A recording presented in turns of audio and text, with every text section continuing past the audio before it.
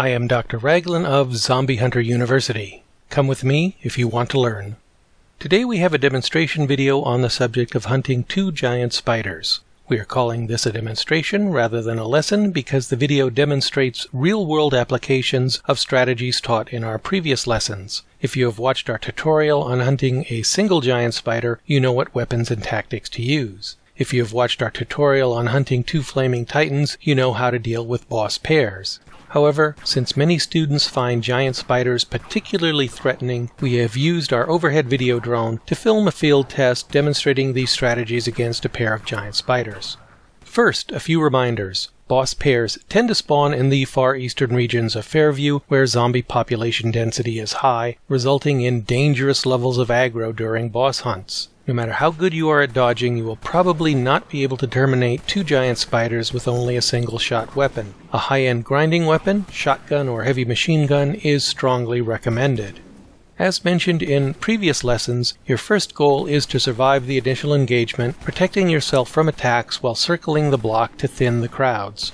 Your second goal is to split the 2 giant spiders from each other so that you can battle them one at a time rather than simultaneously. In the video, you can see our test subject, Lisa CT, using a Gunner XL heavy machine gun to fend off the swarm of zombies. If you cannot afford the Gunner, a Vulcan minigun is a decent substitute, not as much damage per hit, but with plenty of knockback. An AA-12 shotgun also provides a relatively safe amount of knockback, though it will take even longer to actually kill the spiders.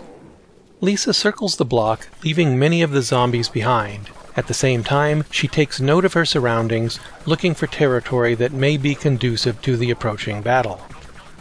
When the 2 giant spiders eventually appear, the machine gun delivers enough knockback to hold them at bay while Lisa searches for a way to separate them. She ducks into an entrance that leads to a tennis court that she saw earlier. Unfortunately, she makes a mistake coming to a dead end where she is trapped and attacked. Her armor and endurance are enough to keep her alive, and the knockback from the machine gun is enough for her to squeeze through to safety. Back outside the park, her mistake has fortunate consequences. Both spiders remain inside the walled area, and there is a nearby fence which provides an opportunity to shoot the targets from a position of safety. This opportunity is only temporary. The tremendous weight of the giant spiders creates some kind of dimensional vortex. One of them teleports inside the tennis court, the other appears outside the wall and gives chase. Not to worry, this is in line with our recommended strategy. With 1 giant spider trapped within the tennis court, Lisa can now conduct what is essentially a single spider boss hunt. Since most of the aggro has been left behind, she can even switch to her rifle, relying on her dodging skills rather than knockback to outmaneuver the giant spider. Parenthetically, we should note that she is using a 35% speed boost, which makes dodging relatively easy. Eventually, she kills the first giant spider. Before she can loot the body, the second giant spider catches up. From this point onward, the second half of the boss hunt is essentially a replay of the first half. Circle the block to stay ahead of any aggro, use a grinding weapon when necessary for safety, but otherwise rely on dodging, and switch to a single-shot weapon to inflict damage without wasting thousands of bullets. When the second giant spider expires, Lisa does not wait around to loot the body, for fear of following aggro. Instead, she runs around the corner to loot the first giant spider.